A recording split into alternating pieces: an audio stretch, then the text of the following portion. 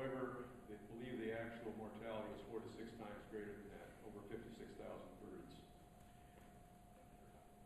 I'm not sure how many they saved, but there was a lot of fatalities for the birds, and had undetermined impacts to fish and other marine organisms, and a lot of them were on the outer coast. And when oil escapes, birds can die. This was some of the results of the Nestucca spill. Had great devastation on the birds, oil, and water mix.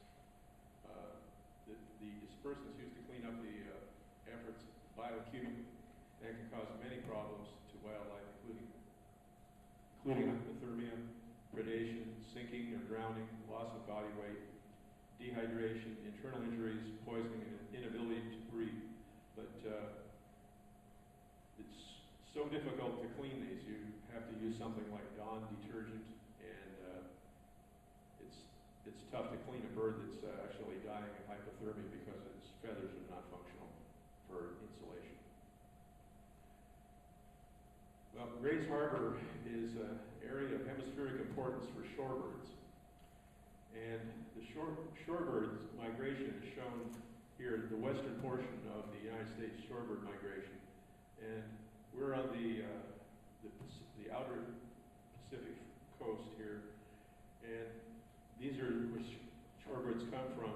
They winter, many of them winter clear down to Argentina, but probably the majority of the ones that are here go down to Central America and Mexico.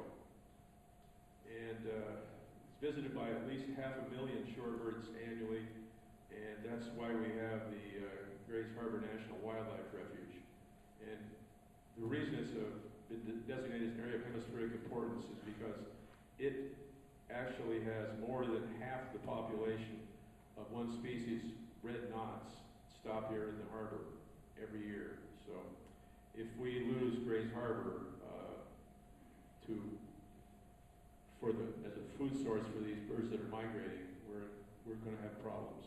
These birds migrate through here on their way up to the breeding grounds in the Arctic. And this shows, here's Grays Harbor down here, the red dot, and that's the Copper River Delta, and out on the west coast up there is the Yukon Delta. It's the last stop before they reach the breeding grounds. They stay here for somewhere between 4 to 6 days, and they replenish their fat stocks that they're using when they're flying. Many of them fly virtually nonstop from Grays Harbor up to the Copper River Delta. The next feeding stop between those two places is at the mouth of the Fraser River, which is only about 125, 150 miles away. But this is a major area, not only for the shorebirds, but in Grays Harbor, but there's also, some of them actually stop in Willapa Bay, but Grays Harbor gets far more shorebirds than Willapa Bay does.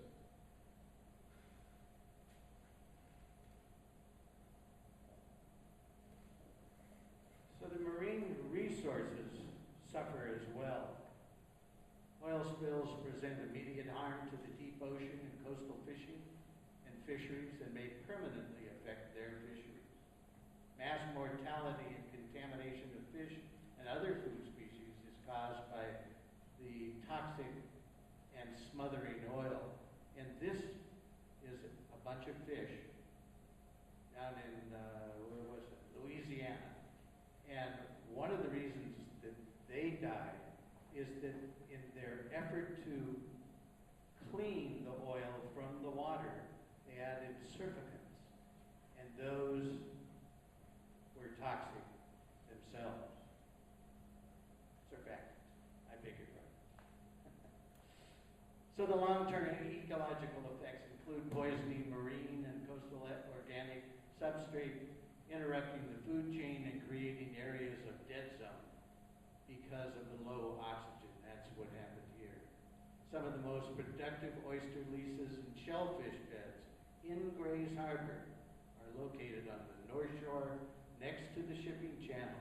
And then, of course, they are also on the South Shore around the Elk River and the Johns River. So how important are they? So if you take, this is from 2000 to 2011, we picked up off of the National Marine Fisheries website that all the species of fish totaled about $2.4 billion. Dungeness crab alone was 600 million, or almost 2/3 of $1 billion. Oysters, 1/3 of $1 billion. Shrimp, and then razor clams. And keep in mind that